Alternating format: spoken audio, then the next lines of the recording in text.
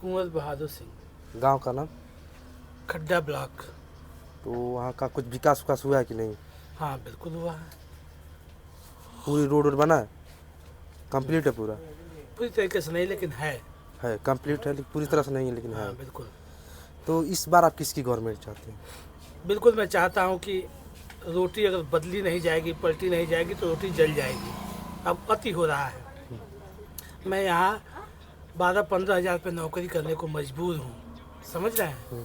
सिर्फ इसलिए क्योंकि लोअर पीसीएस और अभी एक हम लोग का सेकंड लिस्ट आने वाला है, ग्राम पंचायत अधिकारी, ग्राम कहाँ जॉब विकास करते अधिकारी हैं? का। यही इसी कंपनी में, आपके बगल में एक कंपनी नहीं देखे हैं। खुली है, ठीक है?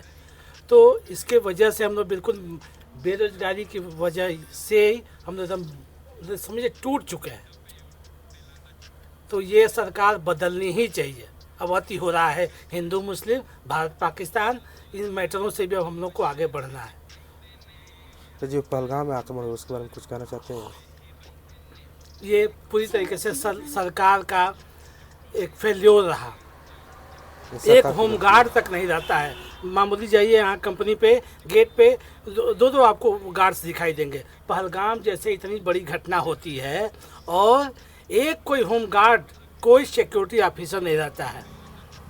ये क्या है भाई? वो भी ऐसे जगह पे। जम्मू कश्मीर छोड़कर कहीं और होता तो बात समझ में आ रही है। अब बॉर्डर पे ऐसा हुआ है, लेकिन बॉर्डर एरिया पे सुपर सेंसिटिव एरिया है, अति संवेदनशील एरिया है, क्यों? लेकिन वहाँ इस तरीके से होता है। और हमारे सुरक्षा कर्मी, हमारे NSA के लोग कहाँ हैं? बॉर्डर सिक्योरिटी फोर्स कहाँ है? अभी जो आतंकवादी है उसको सजा मिलनी चाहिए कि नहीं, जो मारे हैं? बिल्कुल बिल्कुल उनको मिलनी चाहिए।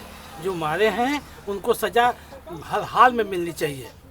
ये गोल मटोल काम करना है ना। दूसरी चीज़ कि हमको कष्ट इस बात हुआ मोदी जी से कि हमारे देश का प्रधानमंत्री अच्छा बोले, बुरा बोले, कुछ भी कहे, लेकिन ट्रम्प कौन होता है? दूसरे देश का प्रधानमंत्री कौन होता है? राष्ट्रपति कौन होता है जो कहने वाला कि हाँ आप सीज फायर कर लिए?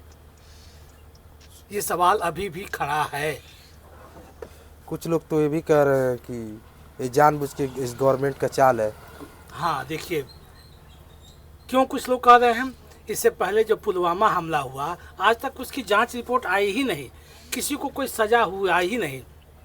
और हमारे माननीय प्रधानमंत्री जी मंच से खड़ा करके वो कहते थे कि शहीदों के नाम पर उन्होंने वोट मांग लिया।